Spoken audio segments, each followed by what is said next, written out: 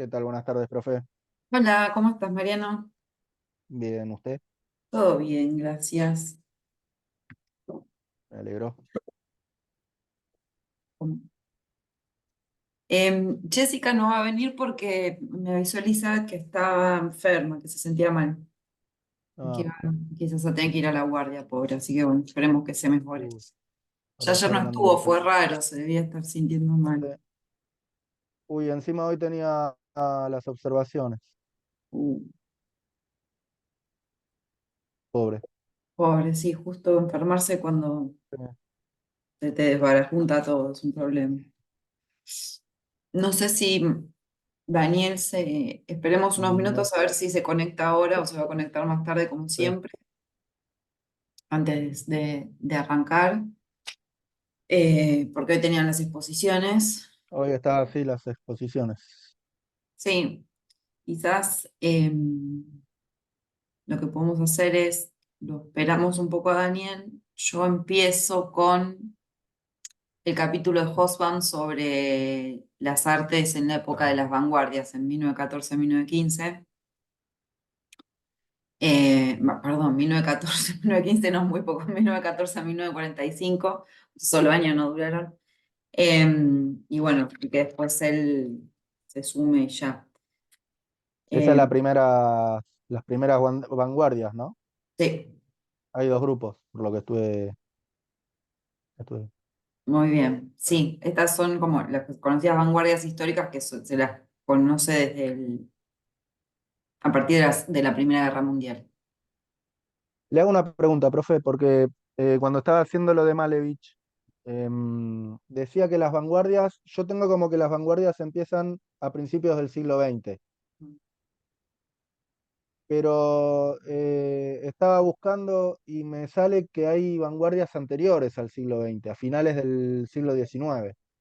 Sí, sí, las hay. Eso está en el capítulo, eso porque lo que pasa es que eso mucho no lo profundizamos nosotros, ¿no? Pero sí, hay algunas vanguardias, pero que no son tan importantes como estas que nosotros vamos a considerar.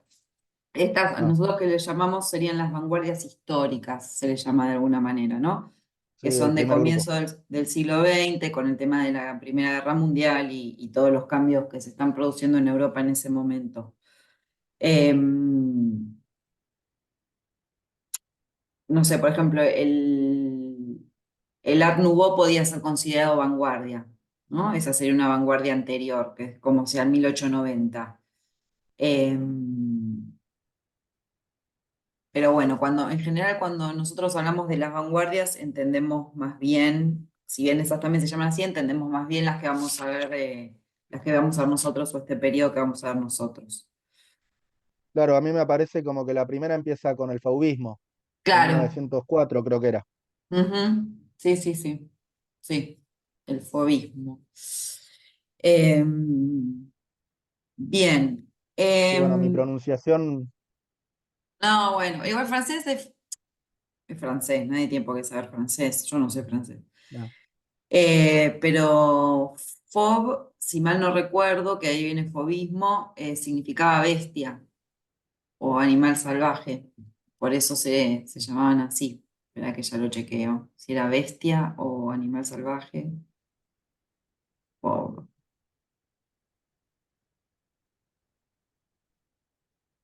Fiera.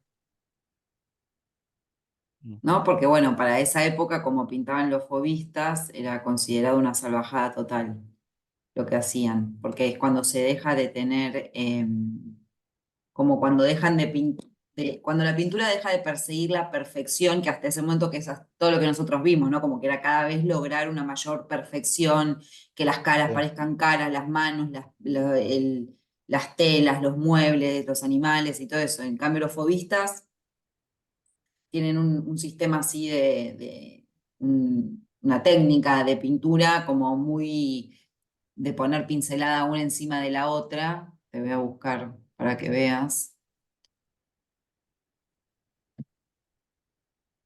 Que nosotros ahora lo vemos y nos parece nada raro, pero para la época era medio un escandalete. Y además el uso de colores muy brillantes, por ejemplo, matiz.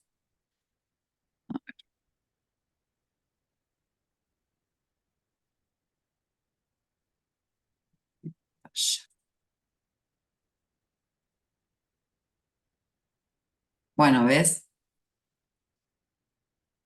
O sea, mira lo que son el uso de los colores que son, o sea, esos colores se alejan totalmente del realismo, porque claramente acá no sé, tenemos troncos de árboles naranjas, ¿no? Sí. Como las pinturas, los colores con los que están pintados las casas, los tejados, y como verás, la pincelada es así como desprolija en un punto, no es precisa, Colores em, fuertes. colores fuertes, y bueno, acá tenemos, ¿no?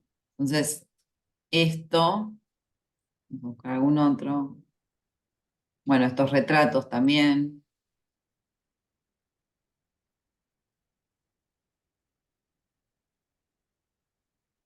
que no tienen nada que ver con lo que se estaba pintando en ese momento. Entonces, bueno, es medio un escandalete, pero ahí, bueno, ahí ves otras.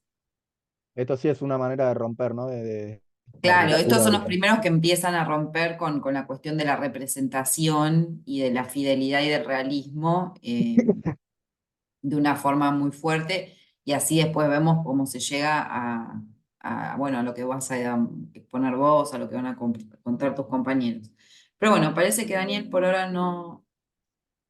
Ay, espera, ¿por qué no carga esto? Ah, qué boluda. Casi me descompongo. Pues me estaba marcando que me iba a quedar sin batería y acabo Sin de echar batería. la computadora. No, no, y la tuve que arreglar hace un mes porque no funcionaba ni el cargador ni la ficha donde cargaba. Me salió 120 lucas, entonces me acaba de agarrar así como un mini soponcio de se rompió de nuevo, me muero. Em, pero bueno, no, por suerte era que estaba mal un cable, estaba mal enchufado un Ah, cable. Dios, bueno. Entonces, bueno, empiezo yo, así después, cuando vos presentás, él también está, sobre este capítulo de que es Historia del siglo XX de Hobsbawm, que se llama Las Artes, 1914-1945. Tranqui, si está buscando algo. no, iba a buscar los apuntes porque lo tenía impreso, pero no sé, los tengo que... No sé dónde los dejé. ¿Te No lo querés sé si en agarrar? la No hay carpeta, en el problema, ¿eh? cuaderno. Sí, bueno, aguárdame un segundito. Tranqui, dale. No Sí, nos pues corre ese nada. lo había imprimido. Está muy bien. No sé si llegaste a leer algo de Hobsbawm. Sí, pero no me acuerdo. Creo, este es el primero, ¿no? El No, primer ya texto, habíamos, había dos. había dos. Me parece que ya Ah, habíamos leído antes otro. No, más que nada quería preguntarte, no, no, no para controlar si lo leíste, sino si te parecía claro. leí uno de Hobsbawm. Ahora no me acuerdo cuál es. Está bien. Si es Pero este a o el mí, otro. no sé, para ver si compartíamos, a mí Hobsbawm lo que me parece es que sabe un montón y que es muy claro exponiendo sus ideas, ¿no? Y la información. Acá. ¿Cuál era el que vamos a leer ahora? El de 1914-1945. Las Artes 1914-1945, de Historia del siglo XX.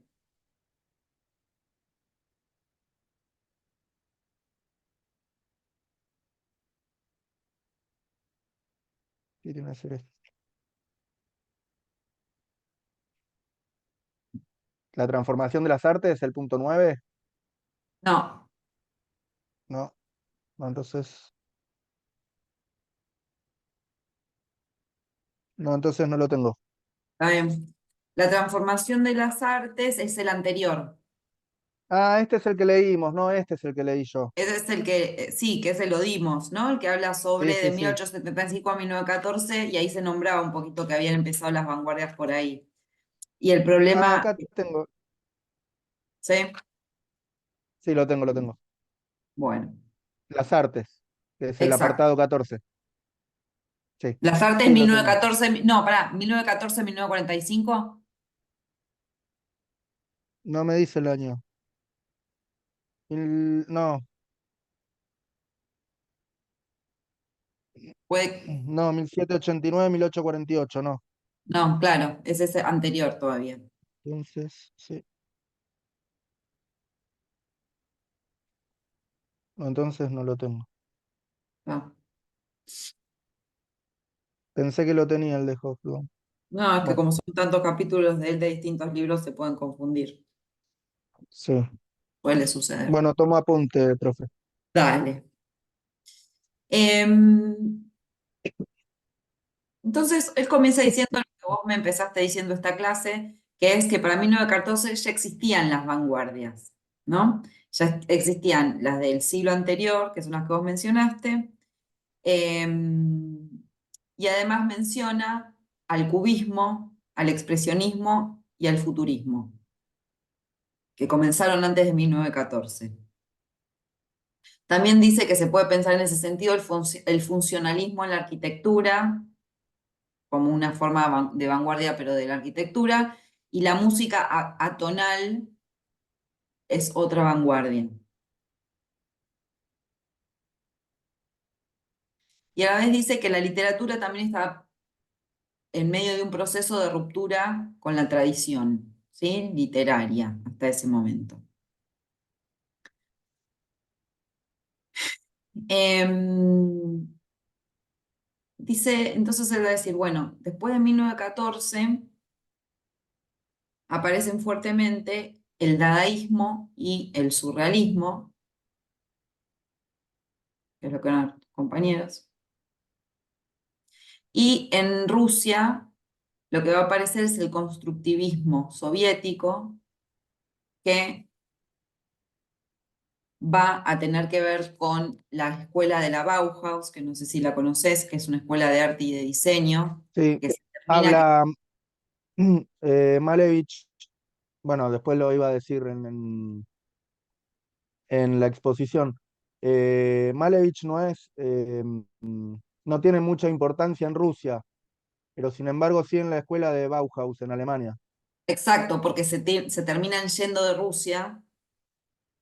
Y terminan como hay un montón de emigrados rusos que se juntan en Alemania y ahí hacen la Bauhaus, ¿sí? Entonces también tiene que ver con esos movimientos de estos artistas que por las guerras, por dificultades con los gobiernos y qué sé yo, se van moviendo por distintos lugares de Europa. Bien, rápido, para decirlo corto, porque ellos después lo van a decir, calculo, bueno, que el dadaísmo surge en 1916, que también es un movimiento de exiliados, y que tiene como una de sus líneas o de sus ejes es la protesta contra la Primera Guerra Mundial y la sociedad que la engendró.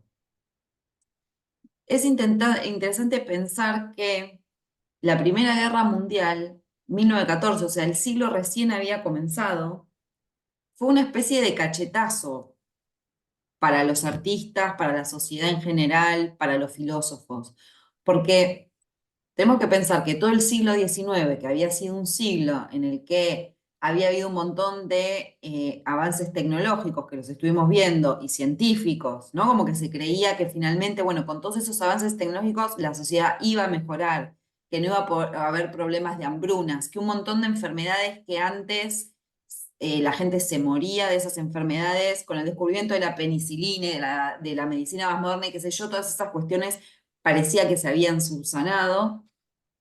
Entonces, el ingreso hacia el siglo XX socialmente fue un ingreso muy esperanzado, ¿no? Como, bueno, en este siglo, con todo lo que se conquistó en el siglo anterior, la humanidad va a vivir mejor, las condiciones de existencia van a ser mejores, la gente no se va a enfermar ni morir de cualquier cosa, no va a haber hambrunas, etcétera, etcétera. Y al año 14 de ese siglo, Primera Guerra Mundial. Y ahí se empieza a mostrar, que después se va a exacerbar en la Segunda Guerra Mundial, pero ahí lo que se va a mostrar es cómo muchos de estos avances técnicos y científicos son utilizados para la guerra.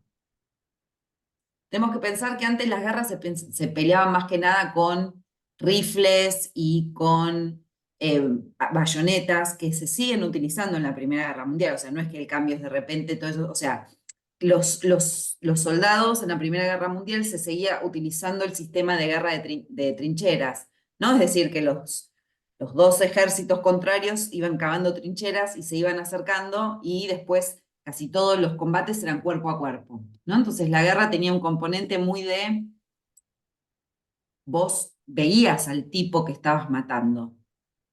O lo matabas de un disparo, pero a una distancia bastante cercana, porque las Más armas no corta, claro. daban para algo más.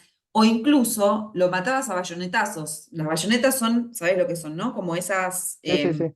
espaditas que están en el punto o sea, ¿sabes lo que es matar a alguien a bayonetazos? Bueno, entonces, em, en esta primera guerra estaba todavía eso, que era como una forma que ya después va a quedar antigua de hacer la guerra, con ciertos, empezaba a haber algunos tanques, algunos cañones un poco mejor preparados y qué sé yo. Entonces, la devastación de la Primera Guerra Mundial eh, fue muy dura para ese optimismo con el que se ingresó en el siglo. También fue muy duro porque fue una guerra europea. Y Europa, después de estar todo un siglo pensando que, que eran la cuna de la cultura, de la democracia, de la política, de un montón de cuestiones, se encuentra con un conflicto bélico en el que participan un montón de naciones y que básicamente toda esa esperanza terminó en que la gente terminó mandando a sus hijos a morir en esa guerra. Murieron un montón de personas en la Primera Guerra Mundial. Fue una guerra muy sangrienta. Y además, por ejemplo, uno de los avances técnicos que fue el gas. Empezaron a gasear, a tirar bombas de gas de un lado al otro, que eran un gas que te mataba.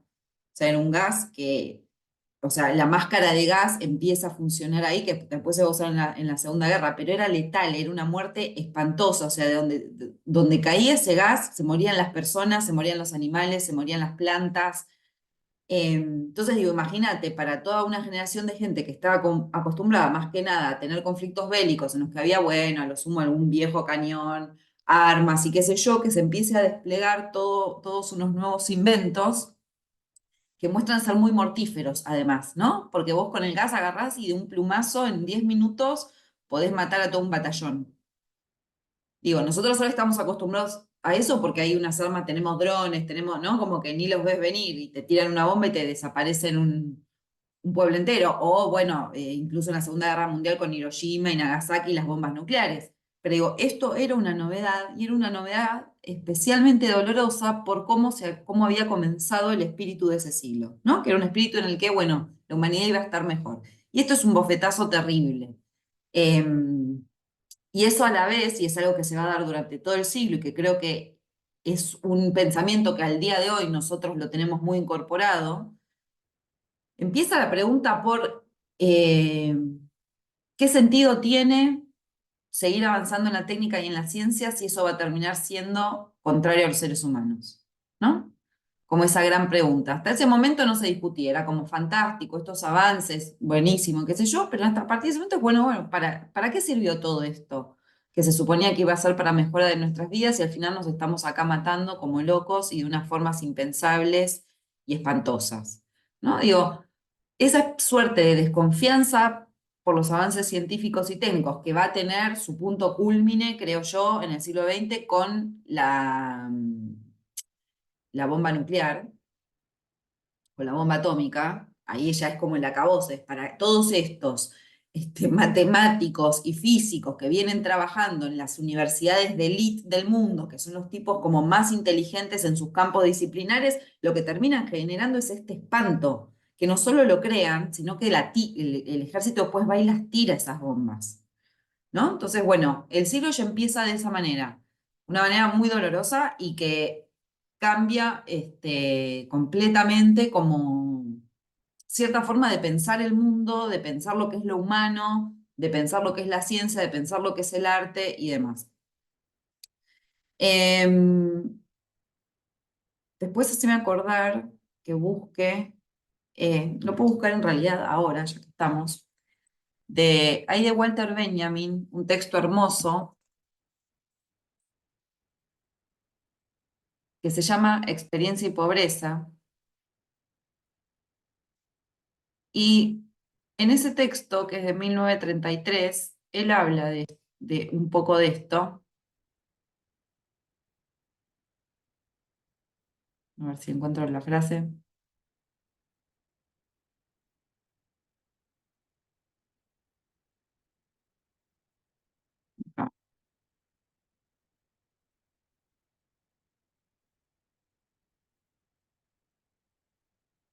Sí, es al comienzo. Este lo compartimos y lo leo. Bien. Que se me vaya esto que no me deja ver. Bien, Experiencia y Pobreza de 1933. Dice, en nuestros libros de cuentos está la fábula del anciano que en su lecho de muerte hace saber a sus hijos que en su viña hay un tesoro escondido. Solo tienen que cavar. Cavaron, pero ni rastro del tesoro. Sin embargo, cuando llega el otoño, la viña aporta como ninguna otra en toda la región. Entonces se dan cuenta de que el padre les legó una experiencia. La bendición no está en el oro, sino en la laboriosidad. Mientras crecíamos, nos predicaban experiencias parejas en son de amenaza o para sosearnos. Este jovencito quiere intervenir, ya irás aprendiendo. Sabíamos muy bien lo que era experiencia. Los mayores se la habían pasado siempre a los más jóvenes.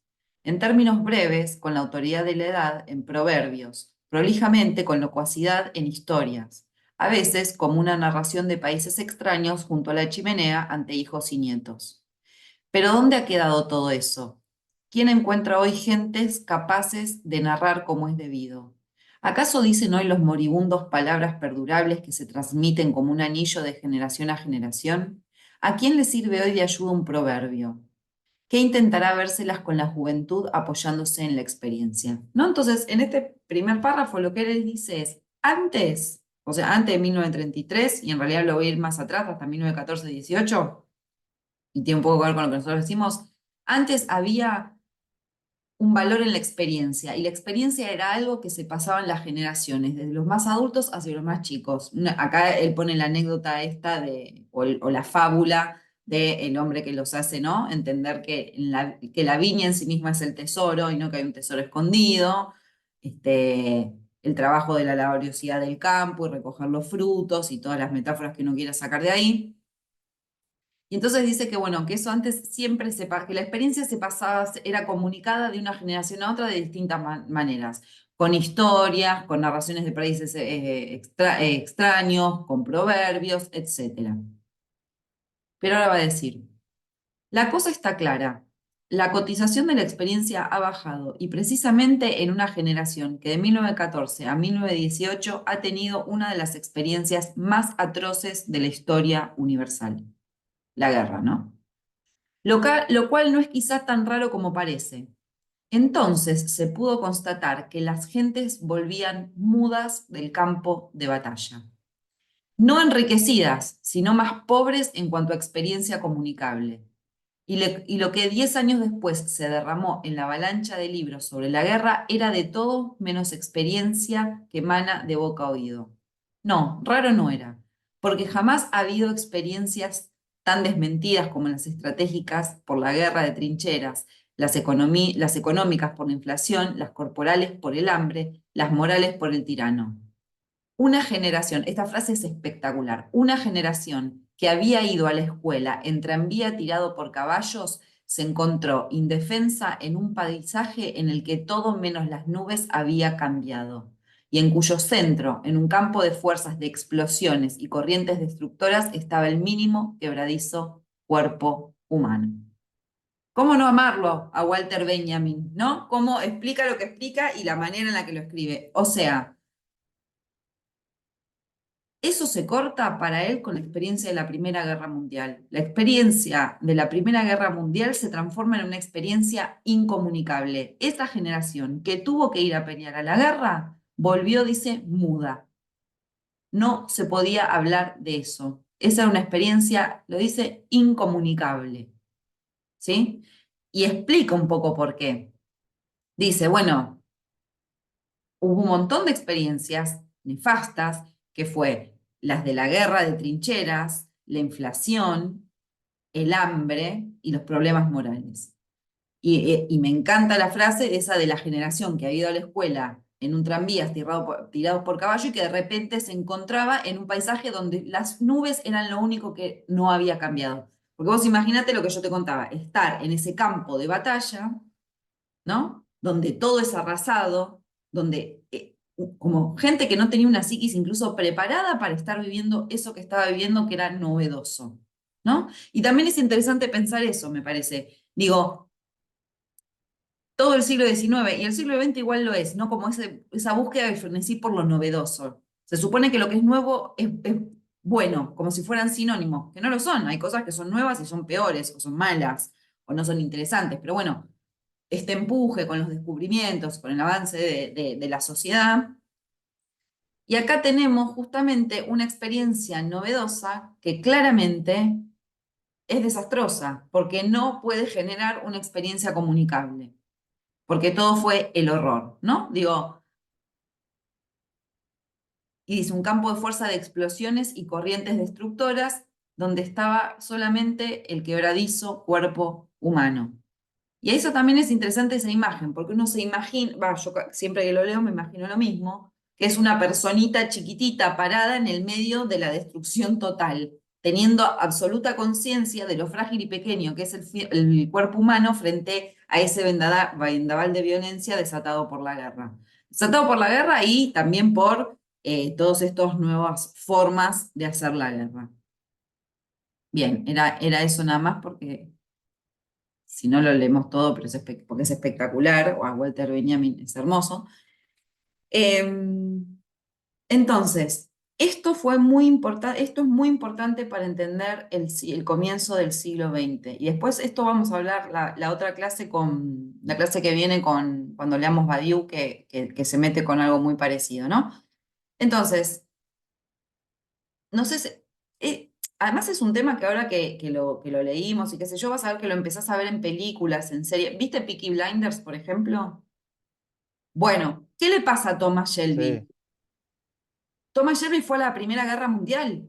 Él y el hermano por eso volvió re loco, ¿viste? Que el hermano más sí, grande está es loco. Sí, sí, está loco. que termina borracho, drogadicto, qué sé yo, y que él también está mal, porque él tiene un montón de problemas emocionales y de confianza y de un montón de cosas. Y varias veces en la serie te marcan el tema ese de la guerra. Y él lo dice varias veces, a nosotros que éramos pobres nos dejaron ahí muriéndonos en el barro en Francia, porque ellos van a pelear la Primera Guerra al frente francés, ¿no? Digo, esto que Walter Benjamin ve en el año 33 después es algo que retomado porque efectivamente fue un suceso traumático, pero traumático a nivel social, no solo de las personas individuales. Esos hombres volvieron re locos, volvieron como Thomas Shelby y el hermano, y volvieron sin poder comunicar eso. O sea, la locura es un síntoma de lo que les pasó, una consecuencia de lo que les pasó, pero lo incomunicable de esa experiencia queda ahí, siendo incomunicable y teniéndolo y pudriéndolo todo, ¿no? Bien. Todo Ahora esto, le hago sí. una consulta, porque cuando estaba haciendo el trabajo de Malevich, que surge con el manifiesto en 1915, yo pensaba, es raro, ¿no? Que surjan las vanguardias en el transcurso de la guerra, de la Primera Guerra Mundial. ¿En qué sentido ¿O te no parece es raro? raro? Claro que en el medio de la guerra surgen vanguardias para, para romper con el arte, justamente en Europa, ¿no? Y dejando de lado, no sé si dejando de lado la guerra, pero a un costado por lo menos a la guerra. El tema es que me parece que lo que pasó ahí, primero es interesante pensar la frase, la forma de llamarlas vanguardias. La palabra vanguardia viene del área de la guerra. Vanguardia, retaguardia, o sea, es una palabra que viene del mundo bélico, no viene del mundo del arte. O sea, ahí ya tenés una denominación que tiene que ver con la guerra. Y con esa idea Mm, de la vanguardia son en un batallón los de la vanguardia son los que van hacia adelante, y en la retaguardia los que quedan cubriendo lo que sería el atrás, ¿no? mm. Entonces, Eh, a mí me parece que justamente las dos cosas van de la mano en el sentido de que algo ahí estaba pasando en Europa que hace que la violencia se desate y se genere esa guerra y que también en el arte se desate, no sé si una violencia, pero sí se desate unos movimientos artísticos contrarios que buscan romper con la institución artística hasta ese momento. ¿No? Romper siempre tiene una cuota de violencia cuando vos querés romper con Sí, algo.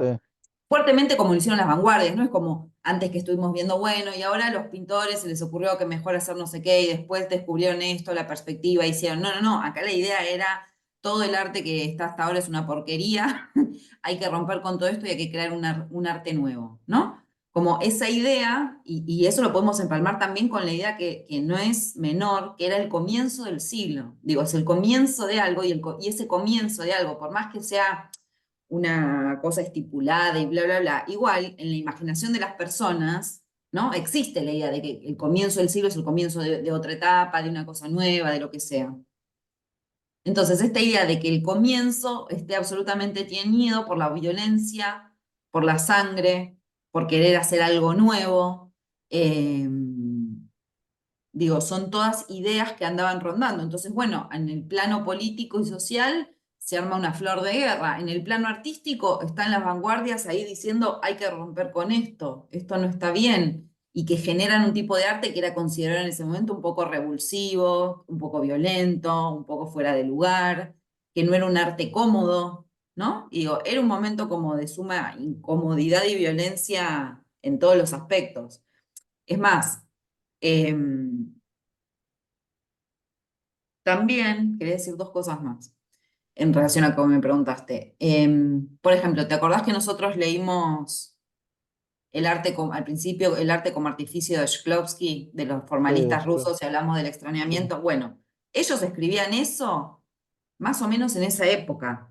Ellos ya se Bueno, habían... eso sí lo, perdón, perdón. No, no, dale.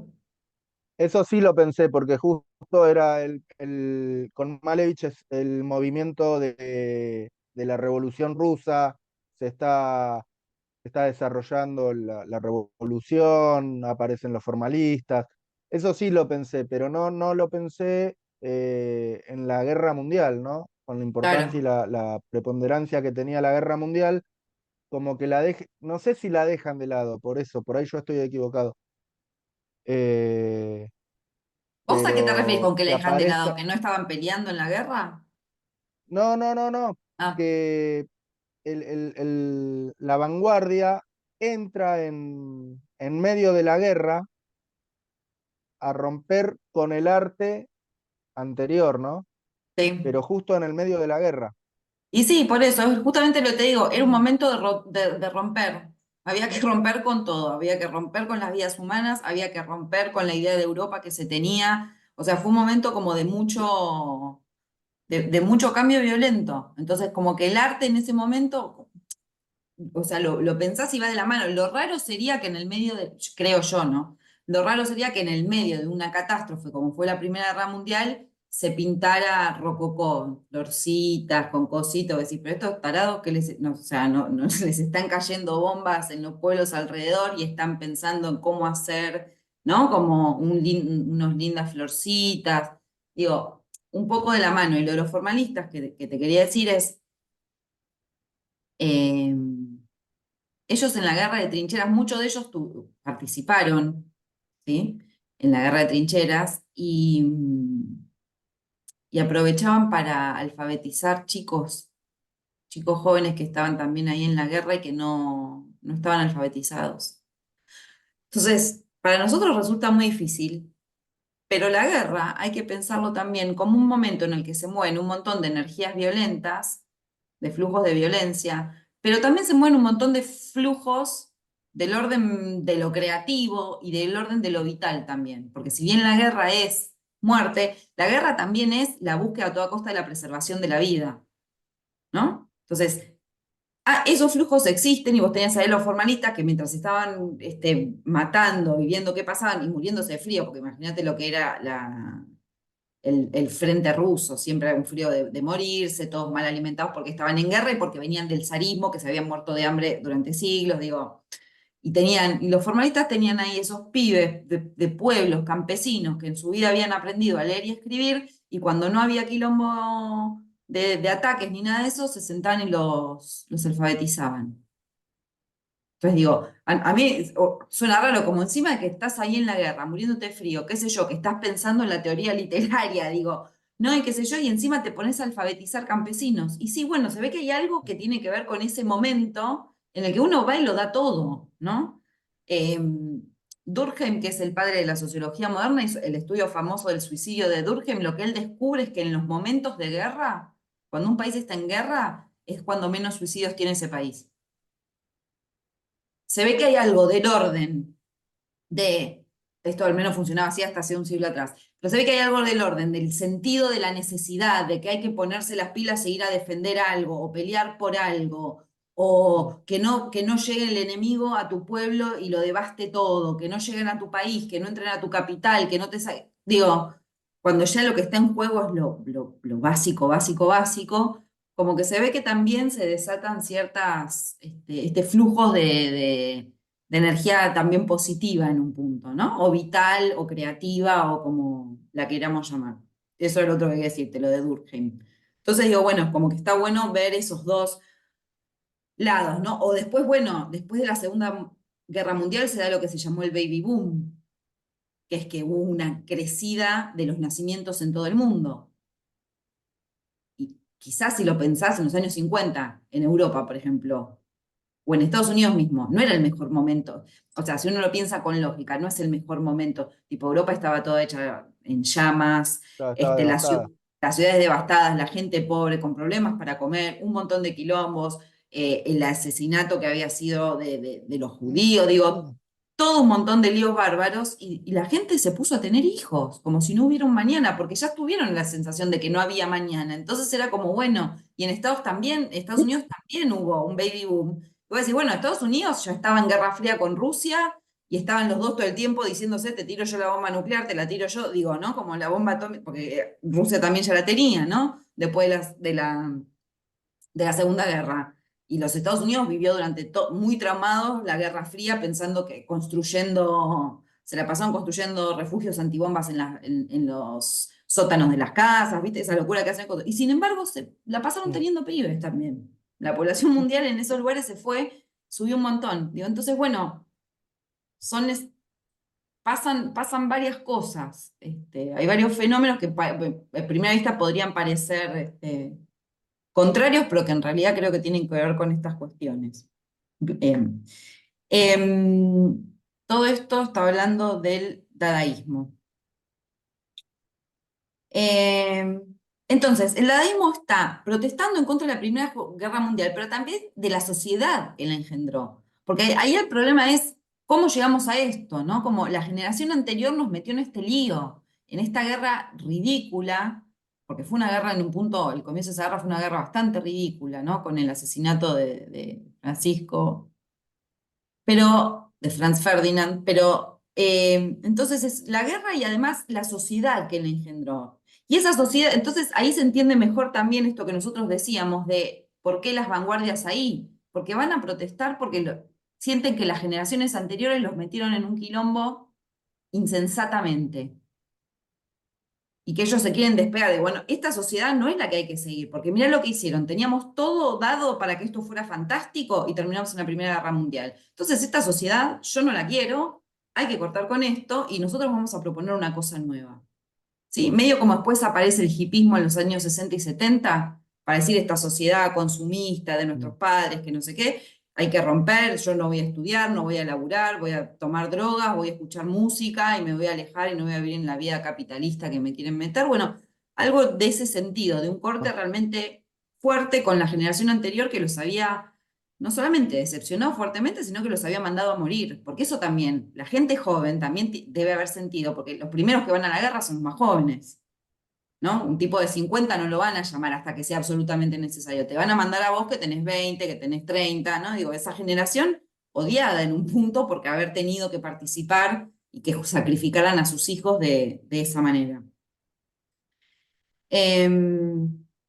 Pero el dadaísmo también